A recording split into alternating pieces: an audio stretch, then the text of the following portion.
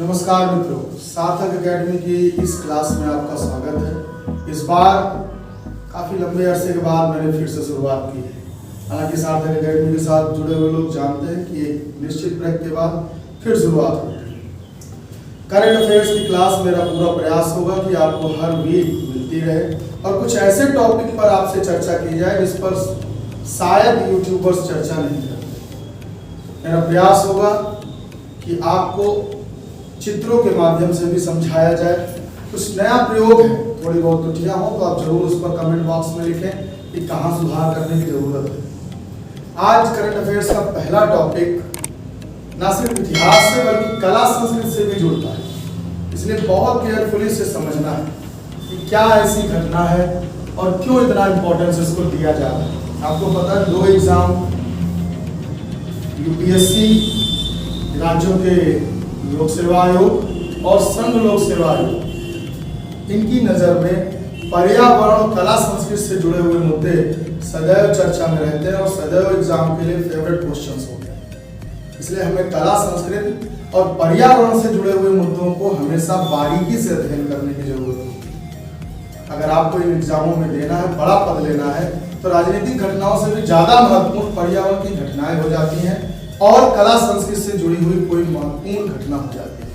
ऐसा ही एक मंदिर आजकल चर्चा में है। जरा देख लेते हैं कौन सा मंदिर है। इसका नाम है गवि गंगा धरेश्वर मंदिर।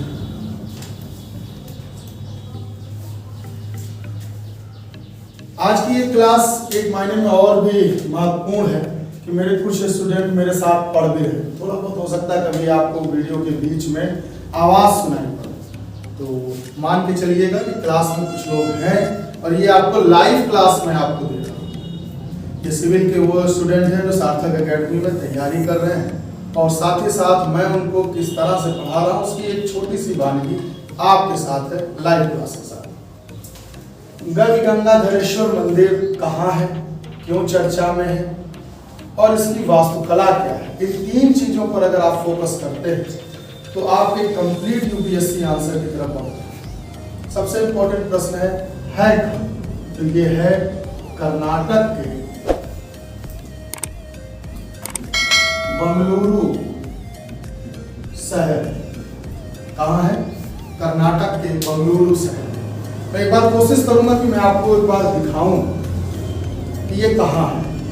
इसके लिए मुझे लाइट ऑफ करनी होगी और प्रोजेक्टर से ये दिखाना है।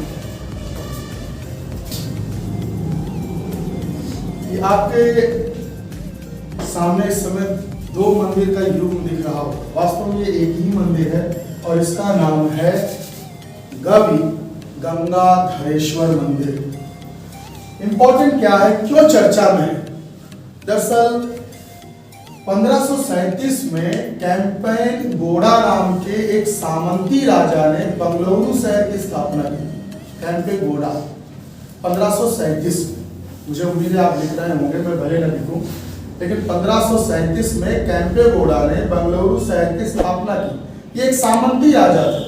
सामंत आप भी जानते हैं, एक बड़े राजा के अधीन राजा के दायित्वों का निर्वहन करने वाला व्यक्ति सामंत होता है। ये पूर्व मध्यकाल और मध्यकाल की एक विशेष स्थिति रही है। सामंती व्यवस्था में कैंपे गौड़ा साहब विजयनगर साम्राज्य के सामंत थे। 1537 आप भी जानते हैं।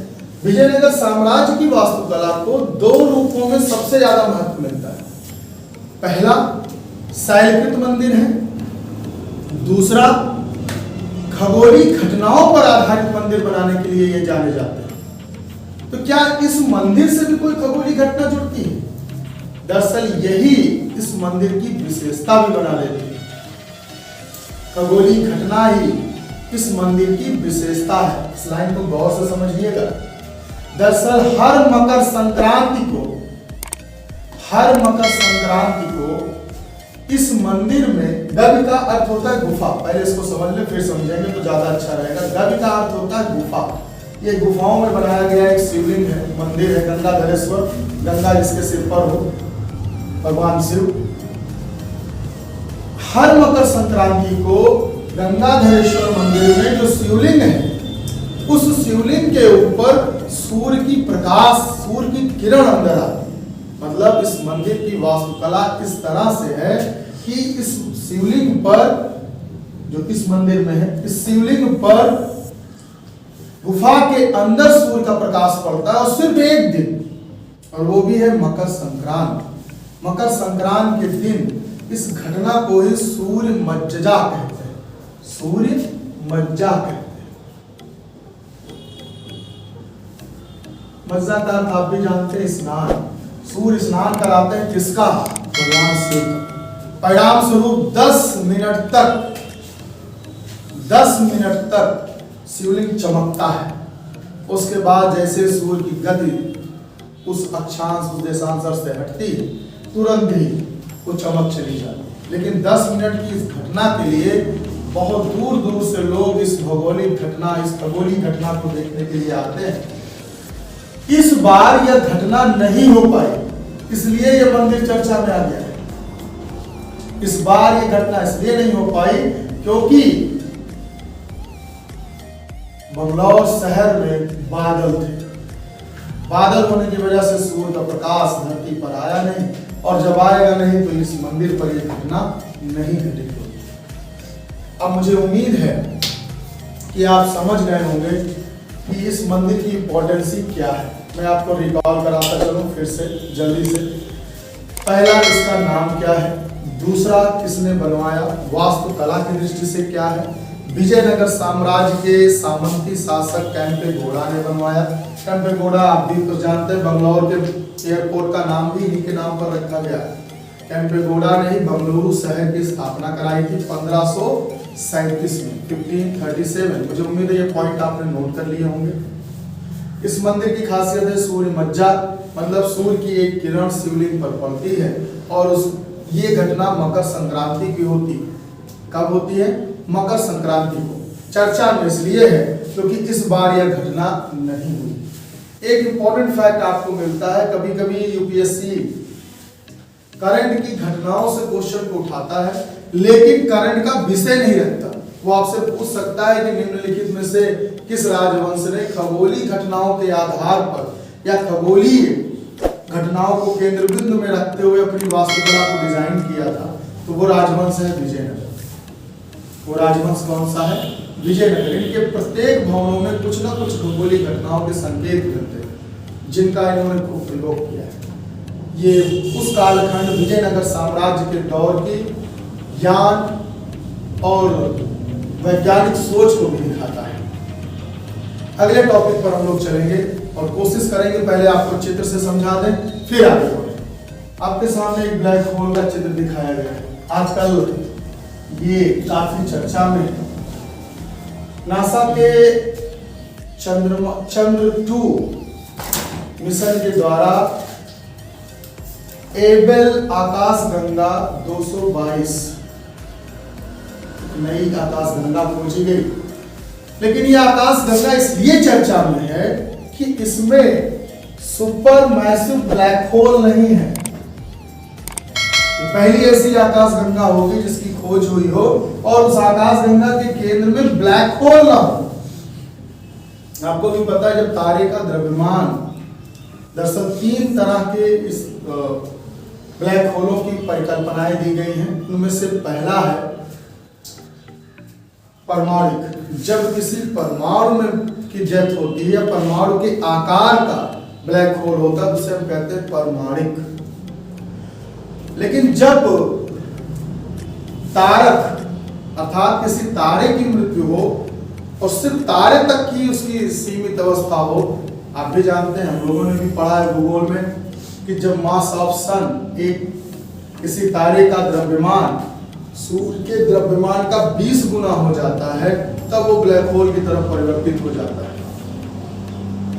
जिसे चंद्रशेखर लिमिट भी कहते हैं। ये दूसरे टाइप का है। पहला हो गया आपका परमाणुक ब्लैक होल, दूसरा आपका हो गया तारक स्टार की डेथ, जिसे आप कहते हैं एक तारे की मौत, वो ब्लैक होल, और तीसरा है सुपर मैसिव ब्लैक होल।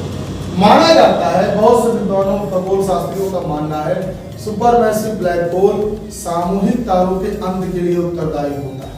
ये लगभग हर आकाशगंगा के केंद्र में पाया जाता है, लेकिन ये पहली ऐसी आकाशगंगा है जिसमें ये उपलब्ध नहीं है।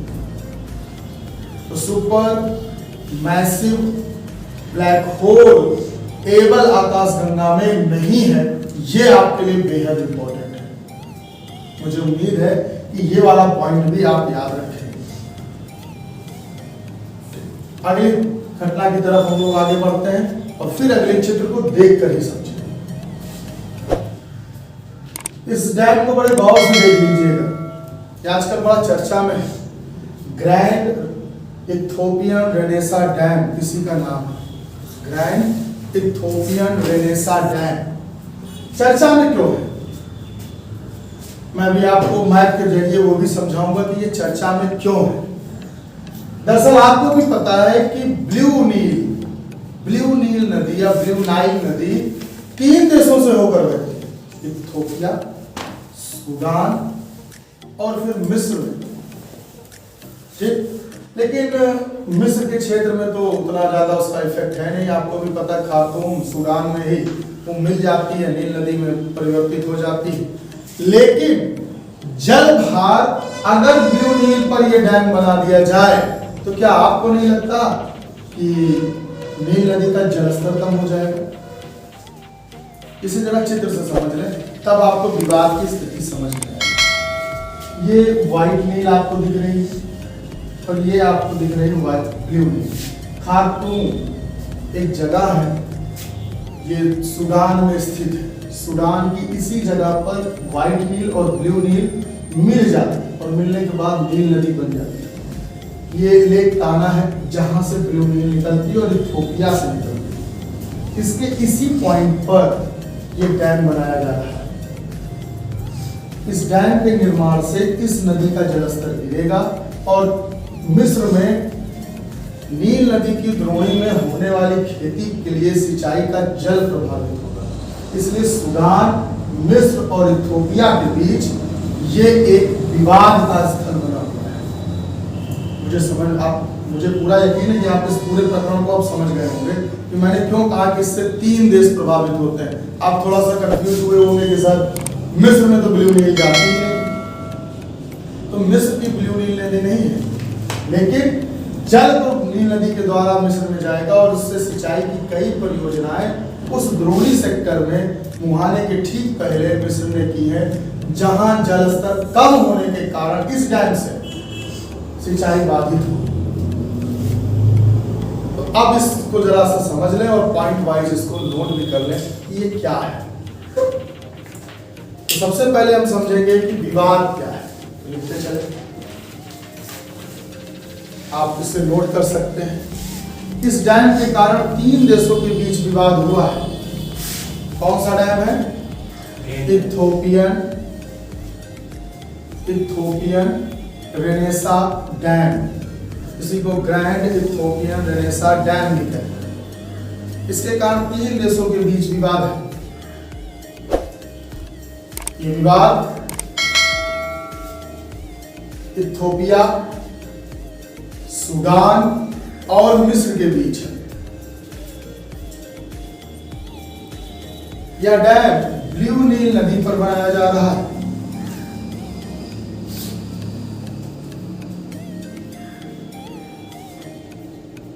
सूडान की सीमा से लगभग 40 किलोमीटर दूर ये डैम बन रहा है। सूडान के लिए ये दोहरी चिंता का विषय है। सूडान का न सिर्फ जलस्तर इससे प्रभावित होगा, क्योंकि जब ये डैम बनेगा पानी की सप्लाई सूडान के क्षेत्र में कम होगी तो पेयजल की समस्या उत्पन्न हो सकती है। उसके कई शहरों में सिंचाई के लिए जल कम हो सकता है। बल्कि अफ्रीका अपने जिस नेचर के लिए जाना जाता है कि ना कोई यहाँ स्थायी मित्र है ना कोई स्थायी शत्रु है, हमेशा स्थितियां बदलती हैं। 6 महीने परम मित्रता तो 6 महीने कट्टर शत्रु हो सकते हैं। ऐसी स्थिति में कहीं इस डैम को खोलकर इथोपिया ने अगर अटैक करने की पॉलिसी अपनाई तो आज के 10-15 साल बाद सूडान में भीषण तबाही ला सकता है। हम भी जानते हैं कि रणनीतिक तौर पर ऐसे डैमों को वाटर बम कहा जाता है। तो इथियोपिया और सूडान के बीच ना सिर्फ एग्रीकल्चर, पेयजल की समस्या उत्पन्न होने वाली है इस डैम से, बल्कि सामरिक मुद्दे पर भी इसका महत्व आपको चिन्हित हो रहा होगा। इन तीनों देशों ने 1-2 बार बैठक भी की है इस मुद्दे को सुलझाने के लिए। इस बार फिर एक नई बैठक हुई, इसलिए ये डैम चर्चा में आया है और उम्मीद की जा रही है कि ये मसला बेहद जल्दी सुलझ जाएगा। मैं उम्मीद करता हूँ एक बार फिर से इसको देख लें, कहाँ से ब्लू नील नदी निकलती है और कैसे ये जुड़ती है। गौर से इस मैप को देख लीजिए, आप समझ जाएंगे कि ब्लू यहाँ करीब इस क्षेत्र में ये डैम बनाया जा रहा है, जो सूडान की सीमा से लगभग 40 किलोमीटर दूर है और इससे सूडान और मिस्र को जल संकट की संभावनाएं दिख रही। सूडान थोड़ा सा और एक कदम आगे जाकर इसे वाटर बम भी मान रहा है। तो अब आप स्थिति समझ गए होंगे कि ये डैम चर्चा में क्यों है। वैसे नील नदी पर ही एक डैम और है जो काफी चर्चा पे रहता है, कई बार एग्जामों में पूछा भी गया है, असवान डैम। आप भी जानते हैं नील नदी पर बनाया गया असवान डैम मिस्र के सबसे बड़े डैमों में से एक है। मिस्र ही नहीं, पूरे अफ्रीका कॉन्टिनेंट का भी एक बड़ा डैम है। अब थोड़ी सी नील नदी की चर्चा कर दें। लगभग 6650 किलोमीटर बहने वाली ये नील नदी का उद्गम स्थल विक्टोरिया झील है। कहाँ है? विक्टोरिया झील। मिस्र में नील नदी पर बना ये असवान डैम का चित्र मैंने आपको दिखाने की कोशिश की। थोड़ा सा मेरा मानना है कि पढ़ते समय चित्र मैप रख लिए जाए तो चीजें बड़ी तेजी से याद हो जाती। जैसे ही जिक्र आता है तो मन में जो कल्पना है वो चित्रों के माध्यम से जीवांत होगी। ये असवान डैम का एक हिस्सा आपको चित्र में दिखाया गया है। ये नील नदी पर ही बना, लेकिन मिस्र में बने होने के कारण किसी देश को प्रभावित नहीं करता, किसी देश की जल स्थिति को ये प्रभावित नहीं करता। अब आप समझ सकते हैं कि कैसे इस डैम की स्थिति प्रभावित करती है। दूसरा एक इम्पोर्टेंट फैक्ट है, अगर आप कहें कि सर और नदियां होंगी उनसे बन सकता है, तो मैं आपको बता दूं सूडान कि जिस क्षेत्र से ये नदी निकलती है वो सहारा का क्षेत्र है। यहाँ बड़ी नदियों की संभावनाएं ना के बराबर है और पाई भी नहीं जाती। अगर आप बड़े गौर से इस मैप को देखेंगे, सहारा मरुस्थलीय क्षेत्र का प्राकृतिक चित्र देखेंगे तो नील नदी ही एक ऐसी बड़ी नदी है जो यहाँ बहती है, वरना नाइजर के छूटते हुए वापस लौट जाती है। मुझे उम्मीद है कि आप इस चीज को समझ पाए होंगे कि कौन सा डैम है, किसके बीच विवाद है और किस नदी पर है, वो नदी कहाँ से निकलती है, किसमें मिलती है। एक फैक्ट छूटा है, वो भी लिख लेते हैं कि नील नदी का मुहाना भूमध्य सागर है। उद्गम विक्टोरिया झील, मुहाना भूमध्य सागर। और जिस नदी पर ये डैम है वो नील नदी की सहायक नदी है जिसका नाम है ब्लू नाइल। ब्लू नाइल या नीली नील। इसका उद्गम है ताना से, ताना झील से, और मिलती है खार्तूम में, ये व्हाइट नील में मिल जाती है। तो व्हाइट नील, ब्लू नील खार्तूम में मिलने के बाद नील नदी बन जाती है। क्लियर? तो कॉन्सेप्ट आपका क्लियर हो गया होगा। मुझे उम्मीद है ये फैक्ट आपको याद रहेगा। अगले फैक्ट की तरफ चलते हैं। आपके सामने सऊदी अरब का मैप है। दिखाने के पीछे एक रीजन ये है कि सऊदी अरब इस समय अपने इस पूरे क्षेत्र में शांति के लिए बड़ी तेजी से आगे बढ़ रहा है। सऊदी अरब ने एक ऐतिहासिक फैसला लेते हुए इजराइल से अपने संबंध बहाल किए थे। आपको भी पता होगा पूरे मुस्लिम जगत का सबसे बड़ा शत्रु अगर कोई माना जाता है तो इजराइल है। लेकिन सऊदी अरब ने न सिर्फ इससे व्यापारिक संबंध बनाए बल्कि दूतावास स्तर पर भी आदान प्रदान शुरू हो गया। इस स्तर पर अगर संबंध बहाली का दौर सऊदी अरब कर रहा है तो ये भी जानना जरूरी है कि ये क्यों हो रहा है। हाल ही में घटना घटित हुई है कि 2017 में कतर से जो संबंध सऊदी अरब के खराब हो गए और इतने ज्यादा खराब हो गए थे कि सऊदी अरब के साथ साथ उसके सहयोगी देश मिस्र और बहरीन, ओमान जैसे देशों ने, यूएई के उसमें शामिल है, ने भी कतर से अपने संबंध तोड़ दिए। ये संबंध हवाई यात्रा, भूमि यात्रा और जलमार्गों से भी जुड़े हुए थे। एकदम व्यापार, राजनीतिक, द्विपक्षीय वार्ता सब समाप्त कर दिए गए। कारण क्या था, ये जानने का आपको हक है। दरअसल कतर ने ईरान के साथ मिलकर मुस्लिम ब्रदरहुड का सहयोग करना शुरू कर दिया था। मुस्लिम ब्रदरहुड मिस्र में एक बार सत्ता में भी आई थी, आपको ये लिखा होगा इजिप्ट। इसलिए मिस्र भी सऊदी अरब के साथ इस मुद्दे पर था कि कतर का बहिष्कार किया जाए। मिस्र में जब मुस्लिम ब्रदरहुड सत्ता में आई तो उसने शरीयत लागू करने का प्रयास किया, कट्टरता बढ़ाने का प्रयास किया, आतंकवाद को बढ़ाने का प्रयास किया। परिणाम स्वरूप अशांति होती और मिस्र की विकास गति रुक जाती। इससे बचने के लिए मिस्र ने सऊदी अरब का साथ दिया और कहा कि कतर में जो स्थिति पनप रही है ईरान के सपोर्ट की, उससे रोका जाए। और इन सभी देशों ने कतर का बहिष्कार कर दिया। 2017 में घटित इस घटना को बड़ा द्विपक्षीय विवाद माना गया था और उस समय भी बड़े लंबे स्तर पर प्रयास किए गए, बड़े स्तर पर ये प्रयास किए गए कि किसी भी तरह से कतर और सऊदी अरब में एक युद्ध टाला जा सके। हमें आपको पता है ये दोनों देश तेल उत्पादक देश हैं, पेट्रोलियम। इन दोनों देशों में पश्चिमी यूरोप और अमेरिका का पैसा लगा हुआ है, इसलिए संघर्ष दोनों देश टालना चाहते हैं। स्थिति सामान्य कराने में भी इनकी भूमिका है, इन्हीं देशों का योगदान है। आजकल ईरान को अलग थलग करने के लिए जरूरी है कि उसके सहयोगी जितने भी हैं पहले उनसे इसे अलग किया जाए। इसी कड़ी में कतर को भी अब उस खेमे से निकालकर सऊदी अरब ने अपने साथ लिया है और उसके साथ द्विपक्षीय वार्ता और सारे संबंध पुनः बहाल हुए। इस घटना को इस क्षेत्र में पूर्व में सुधार की योजना के तौर पर देखा जा रहा है। साथ ही साथ सऊदी अरब ने इस बार 41वें अल अज़ा नाम के शहर सऊदी अरब में 41वें खाड़ी सहयोग परिषद के अपने सम्मेलन में इसका बहाली करने का आदेश, बहाली करने की घोषणा की और ये भी एक मंत्र दिया कि हमें एक रहना। अरब प्रायद्वीप को उसने एक होने की बात कही है और एक होकर क्या करना है, ईरान और मुस्लिम ब्रदरहुड की जो नीतियां हैं उसका विरोध करना है। तो ईरान के खिलाफ एक बड़ा मोर्चा अब यहाँ तैयार हो रहा है। इसलिए ये घटना आपको बेहद इंपॉर्टेंट लगेगी। आने वाले कालखंड में देखना होगा कि इस एकीकरण का रिजल्ट क्या युद्ध होता है कि आर्थिक प्रतिबंधों का दौर शुरू होता है। किस तरह से ईरान को अब रोकने की बारी शुरू हो रही है। मैं आपको याद करा दूं, जो बाइडेन और ट्रंप की नीतियों का अंतर अब आप इस समय देख सकते हैं। जो बाइडेन साहब जहां आर्थिक गतिविधियों को नियंत्रित करके ईरान को घुटने में लाने का प्रयास कर रहे हैं, वहीं ट्रंप साहब ने हमले कर इसे करने का प्रयास किया था। और हमें आपको पता है कि आधुनिक परिप्रेक्ष्य में आर्थिक प्रतिबंध अधिक कारगर होते हैं युद्ध की तुलना में। तो जो बाइडेन की इस नीति में हालांकि स्पष्ट रूप से अमेरिका ने कुछ नहीं कहा है, लेकिन माना यही जा रहा है कि सऊदी अरब और में कतर की जोड़ने की जो प्रक्रिया शुरू हुई है या इजराइल से जो एग्रीमेंट हुए हैं उनमें यूएसए का हाथ स्पष्ट रूप से है। इजराइल के संबंध में तो खुद ट्रंप ने ही ट्वीट करके कहा कि ये एक ऐतिहासिक घटनाक्रम है।